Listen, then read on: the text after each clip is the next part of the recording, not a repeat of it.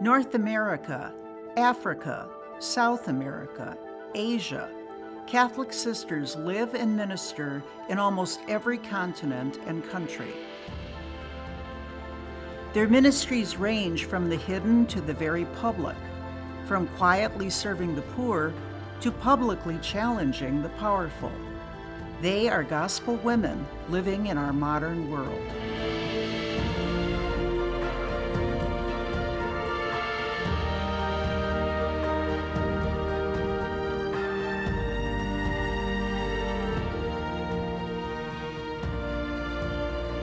Sisters arrived in the United States in the 1700s and served through waves of immigration, wars, and pandemics.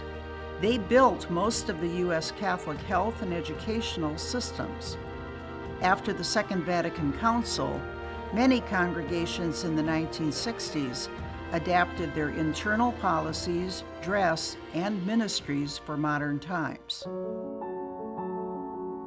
Since 1964, as an independent lay-led publication, National Catholic Reporter has written about sisters and their ministries. NCR and the women religious both took the Second Vatican Council very seriously. And we, as a company and as a publication, grew out of the excitement of a pastoral church and a church committed to service in the world, a service of justice and peace and mercy. And the women religious were doing the same. NCR covered sisters who marched for civil rights and peace, ministered to the poor, and served in Latin America, sometimes paying with their lives.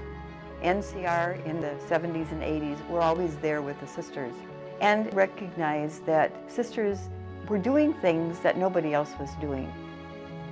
Sisters' congregations were growing in Asia, Latin America, and Africa.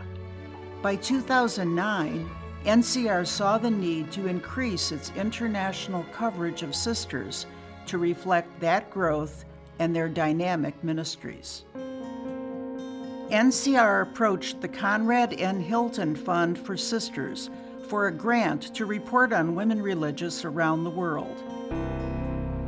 Conrad N. Hilton, the noted hotel developer, had grown up in New Mexico and deeply appreciated how Catholic sisters had educated him and helped his family. He donated to sisters during his lifetime and directed in his will that his foundation support the work of Catholic sisters.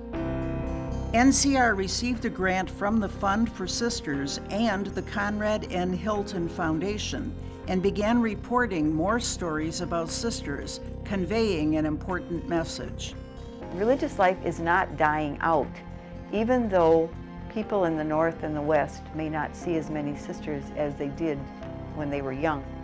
Religious life was still alive and well and growing in these other parts of the world.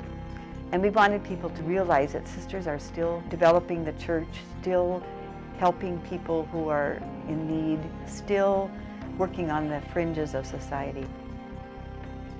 A larger idea began taking shape to further lift the profile of Catholic sisters around the world.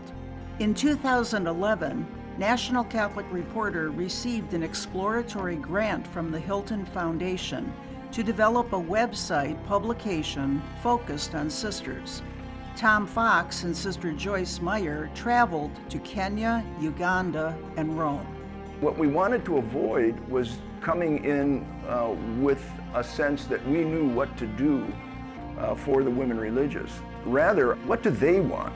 How would they put together a communications network, because after all, we are a communications company. And what would that look like?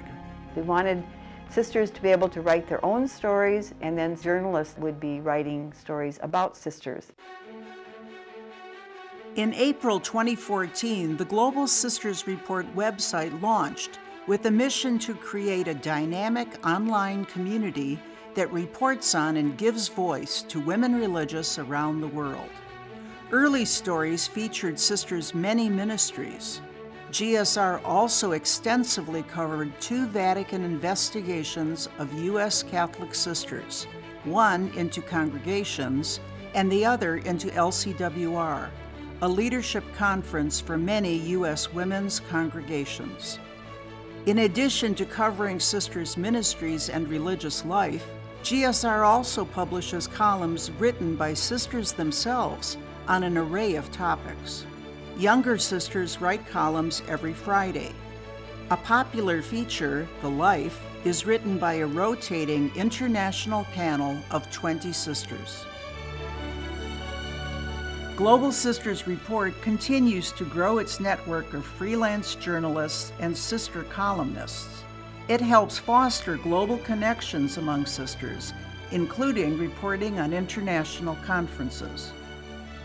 GSR also shows sisters' ministries in a larger context, such as helping to achieve the United Nations' 17 Sustainable Development Goals.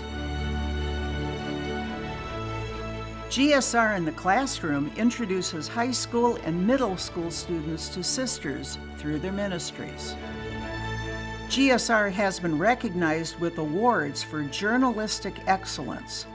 Catholic News Service and other media outlets regularly pick up its stories. Since its launch, Global Sisters Report has drawn millions of readers from over 193 countries and territories. GSR's presence on social media also helps share stories about sisters. If you look at it from a journalism point of view, and you look at the women religious, who are not only who we are writing about, but also the means by which we get to the stories.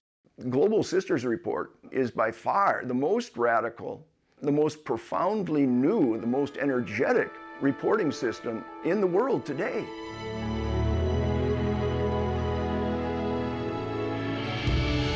It has just mushroomed into a most wonderful organization. Sisters have always been one of the primary developers, I would say, of the church in Latin America, Africa, and Asia, and United States. Sisters are entrepreneurs. They're creative.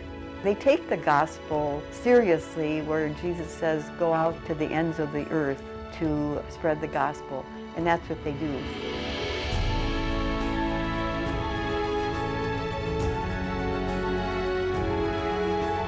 The storytelling that's going on in Global Sisters Report is a living spirituality and a living theology. It's not just stories. This is lived faith. These women religious, through the stories they're telling and through the coverage, they're forging a theology for the 21st century. GSR's coverage continues to highlight the lives and ministries of sisters all around the world who say yes to the call of the gospel in many generous and creative ways.